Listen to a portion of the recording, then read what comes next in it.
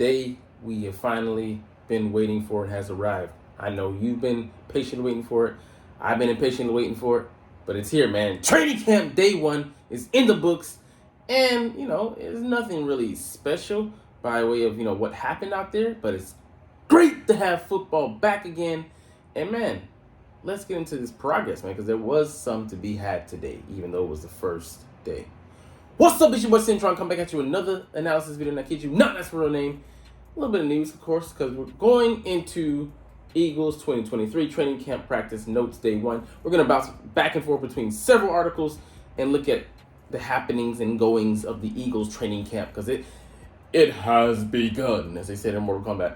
Anyways, let's get into Jimmy Kempieski's, the love-hate relationship I have with him, and his observations. All right, so who did not practice? Hassan Reddick was not out there, but he's expected to be back by after this weekend. Groin soreness. So, I mean, you don't want to put, your star pass rusher out there. These soft tissue injuries are, a thing because guys are coming back from a long stretch, 6 weeks or so, not having football, and they have to get their bodies back into playing shape, conditioning. The test is going to be brutal. Hold the pass on the first take. Anyways, I don't know if they've already taken them, but, we'll get into a little bit of insight into that later. Limited practice, but good to see them out there. Derek Barnett, because he had that ACL injury that he bounced back from. And, yeah, he can still contribute, bring something, albeit on the third team defense. And Avonte Maddox, toe injury, he was in a walking boot after the Super Bowl, but it's good to see him out there once again. The O-line depth chart, starters, Jordan Mailata at left tackle, Landon Dickerson at left guard, Jason Kelce at center, Cam Jurgens at right guard, so he does get the start over the rookie Tyler Steen, you see here, and Lane Johnson at right tackle, but that gives you a solid quintet of starters out there. Yes, I did say starters, including Cam Jurgens. We don't need him to be anything more than solid, and the rest of the guys will take care of the rest.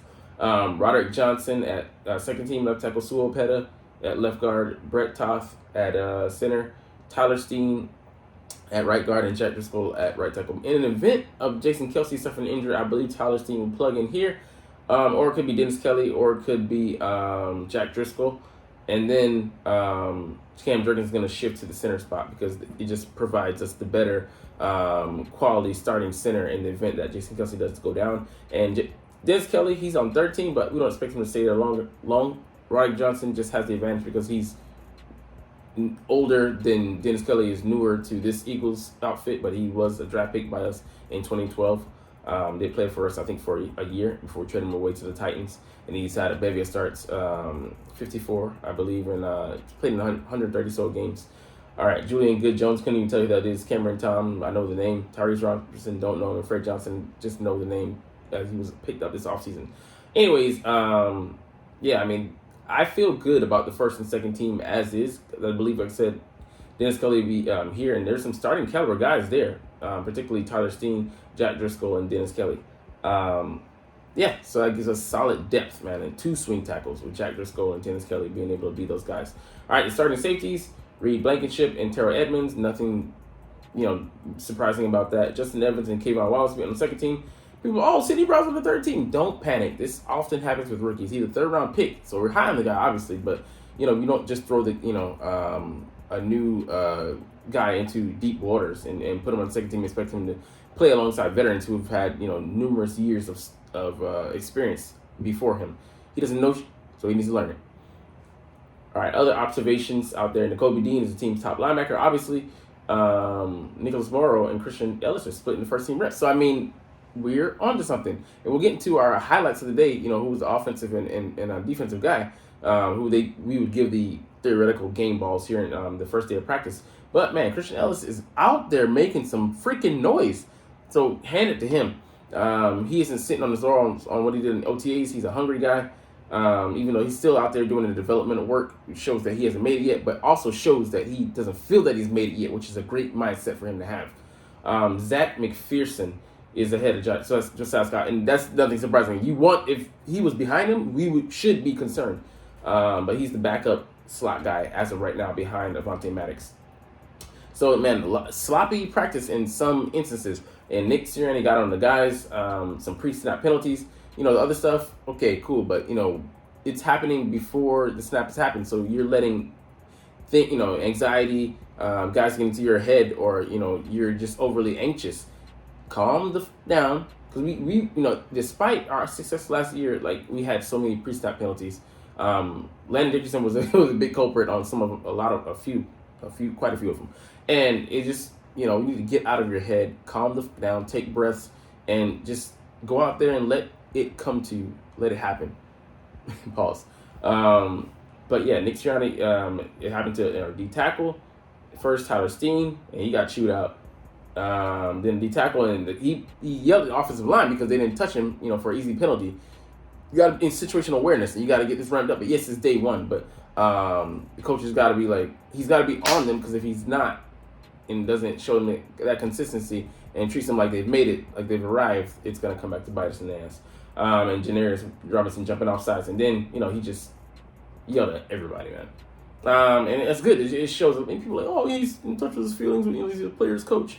All right, don't forget he has coach in his head title, so he ain't playing no games out there. All right, 4 running backs all had their moments. DeAndre Swift, he looked like a natural pass catcher, but he did bobble the ball that Tristan McCullum was able to come down, deflected, and Davion Taylor, our long lost linebacker, former I think second round pick out of Colorado, speedy guy, but just has to stay healthy and be consistent, was able to pick it off. Rashad Penny got goal line carries, which you can see and envision him in that role with his size and explosiveness. And Kenneth Gainwell carried off to the left side and spinning. Yeah, it's a two-hand touch, but it's nice to see him. He's out there being crisp and sharp. Boston Scott, unfair, juking Eli Ricks, the cornerback, undrafted rookie, out of his shoes, and that's just Boston Scott being Boston. Treat him like he's a New York guy. He must be like, oh, he's from the Bronx. But Dallas Goedert getting a bunch of catches. James Bradbury standing up to him, though. I mean, it just shows that last year he showed that as well. He could play tight ends, and Goddard being 6'6" guy, he getting up there making like a diving catch, and otherwise would have been a touchdown catch, knocking one of the passes away, breaking up 2 passes when he was put up against him.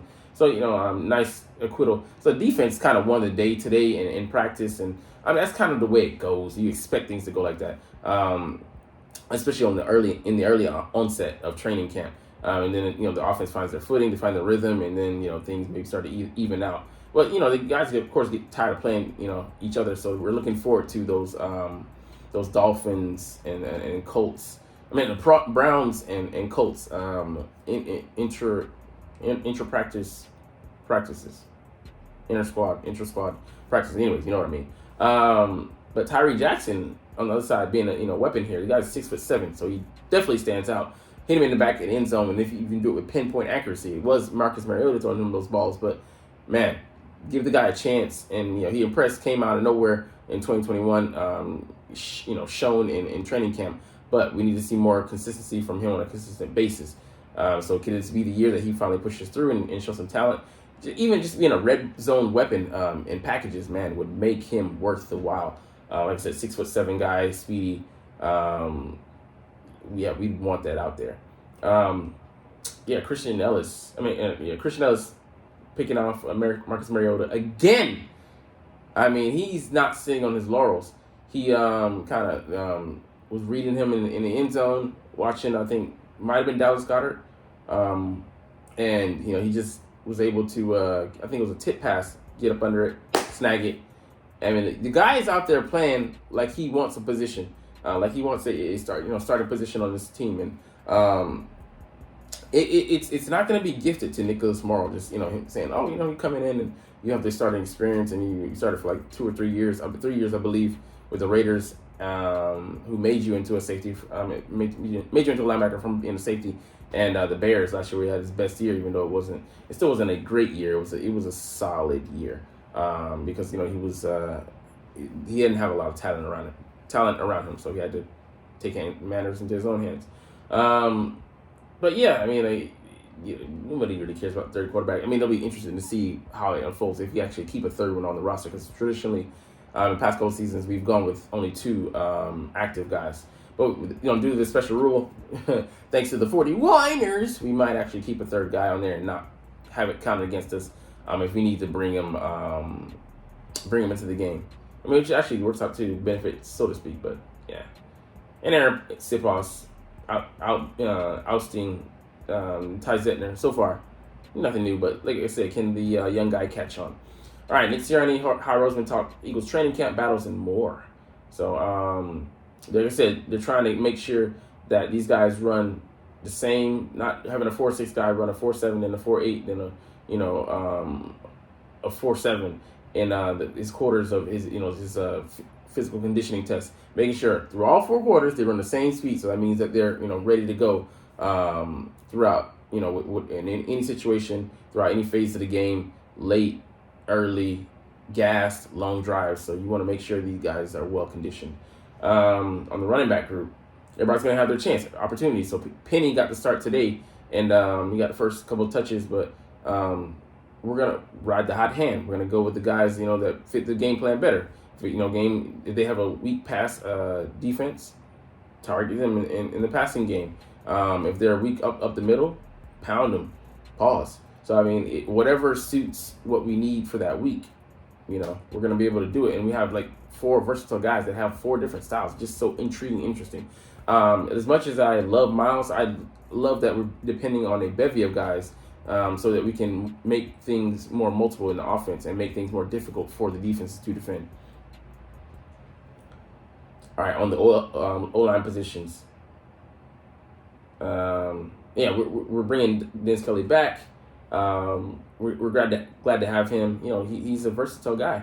He can start at any one of the positions on the line, and have a guy like that in his 10th year. He brings so much experience, and even though he hasn't been, I don't know if he's ever been to the I think he's been to the postseason, but he hasn't gone deep. So maybe to the AFC Championship, I believe, but isn't going where we've gone. We just we're coming off a Super Bowl appearance. So having a guy like that on your roster just further solidifies the depth at the very least. And Cam Jurgens, they're giving him some leeway, some rope, but they're not giving him, a free fall amount.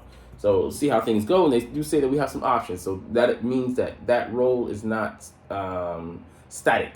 It's very much in flux until he proves himself otherwise. So they're looking at why some teams don't make the playoffs, and make the Super Bowl. I mean, that's arduous task. But why people have a Super Bowl hangover, and there's things to look at, man. You definitely can look at the patterns and say people got complacent. You brought back guys that are older. They don't have the same hunger. The young guys, they think just take it for granted. They think that it's a given that you're gonna get back there, and some never see the bowl again. Just how the cookie crumbles, how the ball bounces, so to speak. But there's things to look at. Offense is regressing. I don't believe we will have that issue with the leaders that we have in this building, like especially a hungry guy by the name of Jalen Hurts, who just is after it, man. We'll get into what he did this offseason, but man, it's interesting. Your boy just is focused. There's some new faces, obviously. We had a brain drain with O-coordinator being elevated from the quarterback coach position, and Matt Patricia, him bringing his expertise to the table, being kind of a consultant specialist, but he's a former head coach. He can, Nick Sirianni said he can bounce ideas, thoughts, things off of him, and Roseman put it perfectly when you talk about roster building. Bringing in younger guys as well as those with a history of staying healthy, and guys that deserve to be back, guys that have something to give, and we can lean on their experience. And they also haven't plateaued. They still have skill levels to hit, or they plateaued in the right way where they've hit a certain level and they're trying to reach at each and every season. They give you a level of consistency. Guys like your Brandon Grahams, like your Fletcher Coxes, your Jason Kelsey's. Let's see. Is there anything else in here? No, that we're gonna look at. Let's see. We're gonna look at practice from another angle. Not the running backs.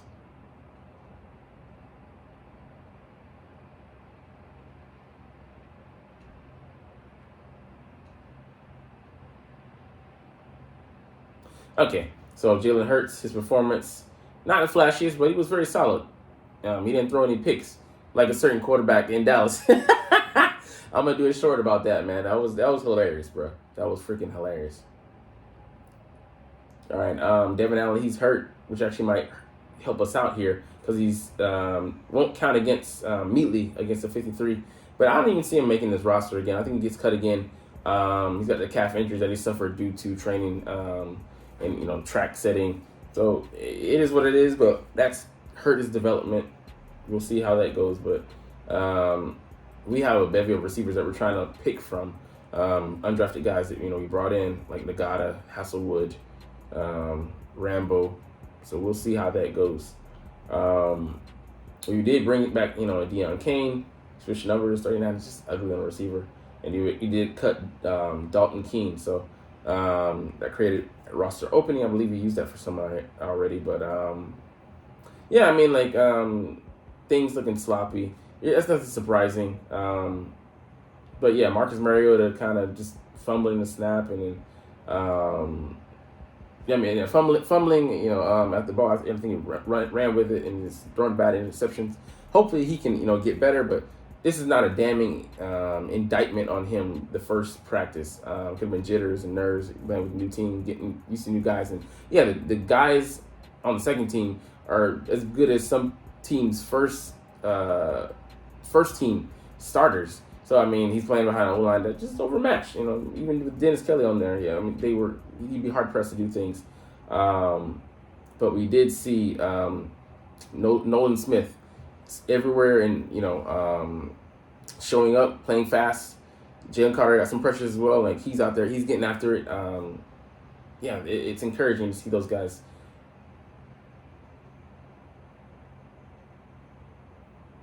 All right, so Josh Jobe and Greedy Williams were the second team outside corners. I like both of those guys as outside corners. Keely Ringo is obviously going to win the be on the roster because he was a fourth round pick and had second round value for us. So we're going to try and develop him, but who knows? He could be cross training as well at safety. Okay. So the Eagles have Fletcher Cox and Milton Williams as the first team defensive tackle. I like that. Milton Williams is a guy I believe has huge upside, even though I don't think we'll offer him a contract just because we drafted Jordan Davis and Jalen Carter in the first round, so we just don't have the money to go around to extend him unless he's open to a team-friendly deal. And I don't see him doing that. I believe you should go out and cash out. You know what I'm saying? Just because your years of earning are potential are very short and limited in this NFL, which is also stands for not for long. But yeah, let's see here. Kobe Dean got beat by Dallas Goedert. No shame in that. Dallas Goedert is a borderline. He could be all-pro. Maybe this season proves that. But he has the talent to be an all-pro. He definitely should be a Pro Bowler soon. And on a crossing pattern. He'll get used to those things. So learning experience. Hopefully he bounces back. But he is our defensive caller, signal caller. So we'll see how he does in that role. And like I said, Christian Ellis making plays. There's something about this dude, man. He did stay out to practice to work on development stuff, but I love that shows his hunger. And Mariota, man, he's got to get things up to speed. Bad throws, under pressure. Noah Smith coming after him, man. Yeah, speaking of him, he was active and disruptive. I love to hear those two things. He's gonna be good. Packages, sub packages, we'll see. I'll look into his profile a little bit later in this offseason. Jalen Carter generating pressure, awesome.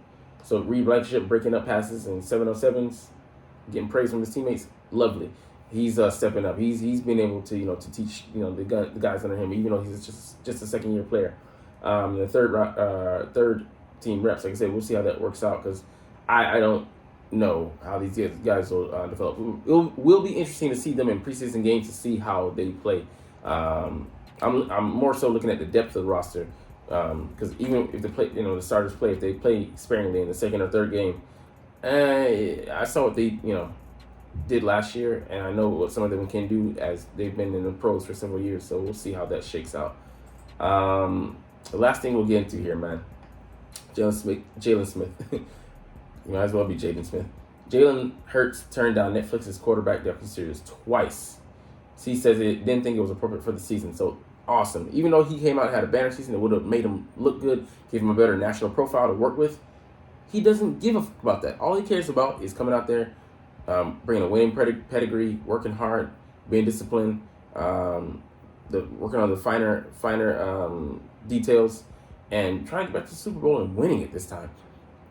Man, I'm so thankful that he is our quarterback. He's our QB1. It just shows you. I mean, he's like, I'm just focused. I don't have time for that. That's not, maybe somewhere down the line, or maybe like, after I retire or whatever. Right now, I want to focus on getting to the big dance. And what more could you ask for, man? All right, anyways, let's get up out of here. I'm excited. First video of the training camp. And you're not even here because it went way up. This video went on way too long. I've had a few points I talked about, cyclically, cycle. But anyways, it's all good. Because like I said, I love making these videos. I say it all the time. You know that if you watch, but you don't. Because you're not even watching, though. But it's all good. Because as always, it's fly, Eagles, fly. And let's motherfucking go. Like, comment, share, subscribe if you want. Thanks for watching. Check me out at Centron Anime, Centron Life, or Centron Laughs, or other social media.